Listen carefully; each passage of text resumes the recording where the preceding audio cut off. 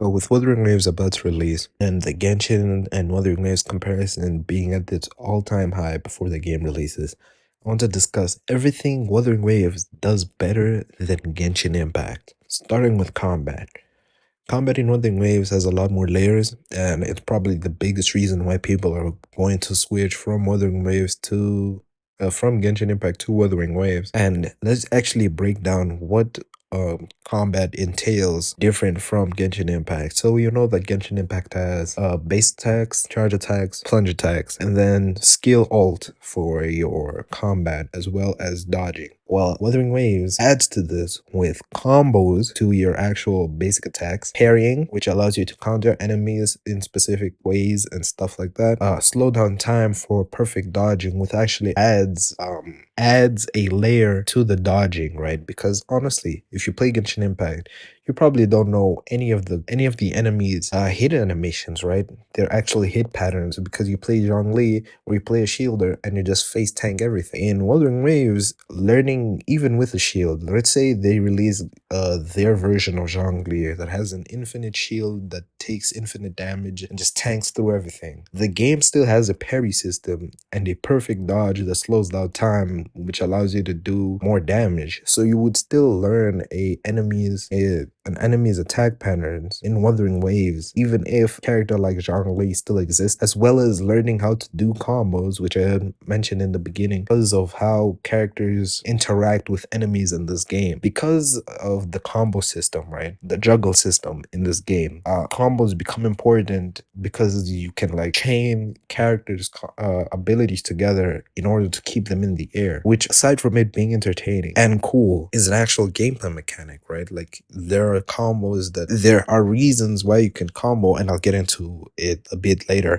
So there's aerial combat, and the combat speed of this game is just better than Genshin Impact. So aerial combat adds to the combo system that I was mentioning earlier, and everything is going to lead back to the combo system. And aerial combat, which characters in Genshin Impact can't fight in the air, aside from the gimmick of Scaramouche that lets him fly. He's the only character that can fly and fight in the air, and even that, he gets interrupted a lot, so you have to run another character in order to even make Scaramouche's flying actually good. While in Wuthering Waves, it's part of the gameplay style, so air combat is already implemented into the game. And combat speed, I don't even have to explain this. Just look up Wuthering Waves fight. I think I'll have it in the background, so you'll just see the difference in how fast characters fight in Wuthering Waves compared to Genshin Impact. I think Arlecchino's attack speed currently is pretty fast, but in general, Wuthering Waves is just gonna have faster combat speed than Genshin Impact, which makes it a lot more snappy and shit. And then we have dodge counter. Dodge counter adds to what I mentioned with you probably don't know any of the enemy's attack patterns. Like, let me put up an enemy on screen. Do you guys know what this enemy does? Because I'm sure I don't fucking know what this enemy does. I have Zhongli. I've never seen most of these attack animations. I don't know how you dodge these things. I don't know what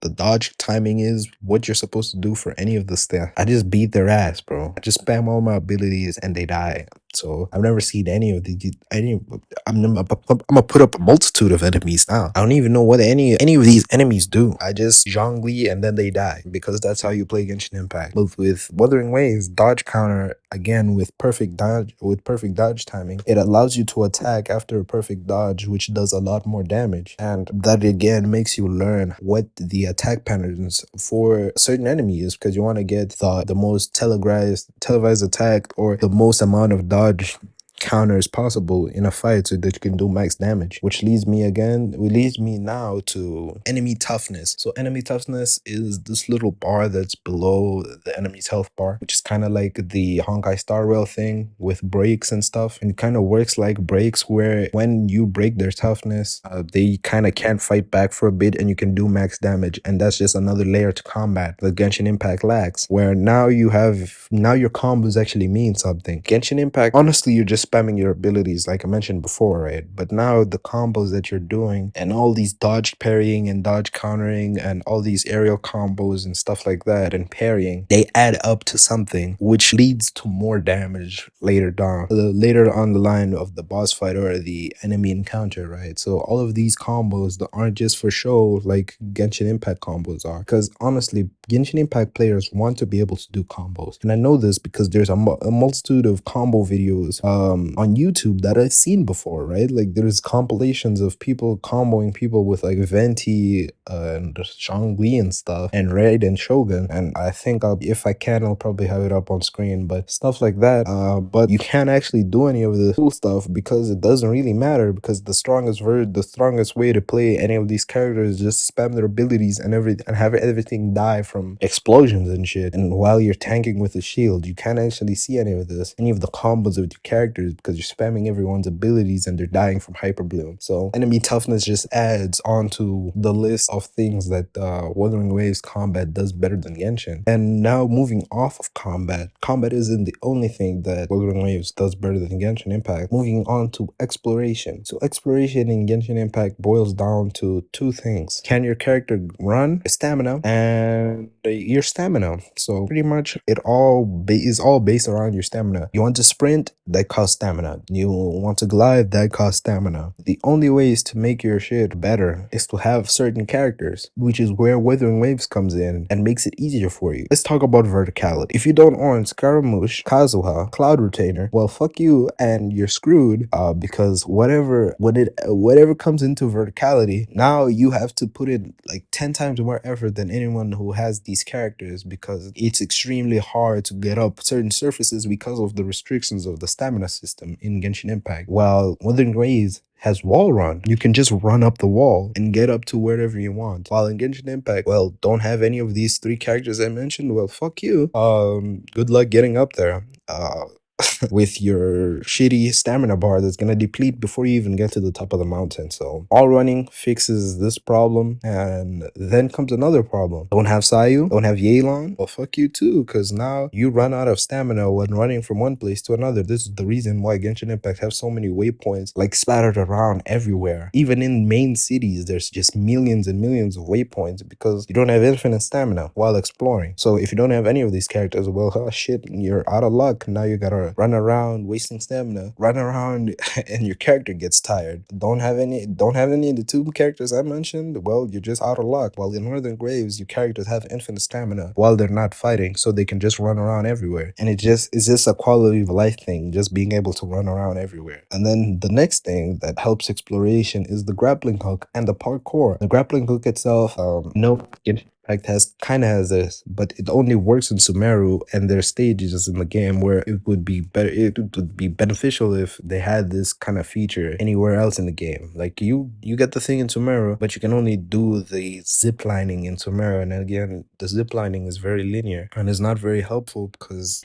it only works in Sumeru, like I mentioned. But in Wuthering Waves, the grappling hook can be used anywhere, and it gives you a launch points type, and it lets you glide afterwards. But it can also be stacked, and you can like grapple onto things and then wall run up mountains. So it just makes it a lot more dynamic. And parkour, which is also part of the game, just makes the game easier or more enjoyable to explore, because now your character doesn't get stuck while climbing. You don't get stuck on this ledge because they're gonna climb over the ledge. While you're running, you don't get stuck on a bush in Mondstadt. Your character gonna just vault over it. They'll flip over edges and vault over certain bushes and stuff, so it just makes exploration more enjoyable. Genshin Impact, all you can do is jump over it, and if your character doesn't have a double jump like Kazuha, Scaramouche, or Cloud Retainer, well shit, fuck you, because now you gotta climb over this thing, and now you're wasting more stamina. It just makes exploration. Wuthering Waves just does exploration a lot better than Genshin Impact, which moves on to the grind. And I made a video on why I hate the Genshin Impact relic system, and there's a point in that video that I failed attempt to explain before, and that's aside from all of the RNG that you have to deal with while relic farming, while doing the main grind for Genshin Impact, you're still capped by an energy system. So the RNG makes it almost impossible for you to get a perfect roll. It takes you a long time for you to get any good pieces that you're actually gonna use, right? And then you're limited by the amount of energy that you have to be able to roll and try your luck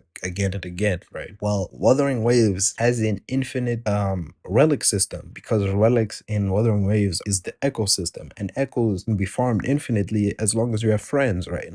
You can go into another person's world and get echoes continuously, which is a good thing, because now it almost removes a layer of handicap. Pretty much, it still has the same amount of RNG, which I still don't like, but it does it better than Genshin Impact by not limiting you on how much you can actually obtain, right? Because the thing with infinite RNG or layers and layers of RNG is that you need to be able to continuously do whatever it is so that you can get higher odds of getting what you actually want, right? You need to be able to farm whatever it is almost infinitely to make up for the RNG that's going to bullshit you throughout the experience, right? And Wuthering Waves kind of understands this and lets you farm the ecosystem kind of infinitely. But Genshin Impact, alongside having the limitations of extremely high RNG for actual good stuff, he now also handicaps you and gives you a limit on how many relics you can actually pick up in one day. So it's just another thing that Wuthering Waves just does better. It's not perfect, and it still could be fixed, because I'm pretty sure that Wuthering Waves still has flat stats which are just gonna be completely useless, and no one's gonna ever want a flat stat on their relic. But just stuff like that just makes it a bit better. So this is everything that I could come up with on why Wuthering Waves does, and everything that Wuthering Waves does better than Genshin Impact. So please do all that YouTube stuff. Please like, share, and subscribe, and check out the socials in the description.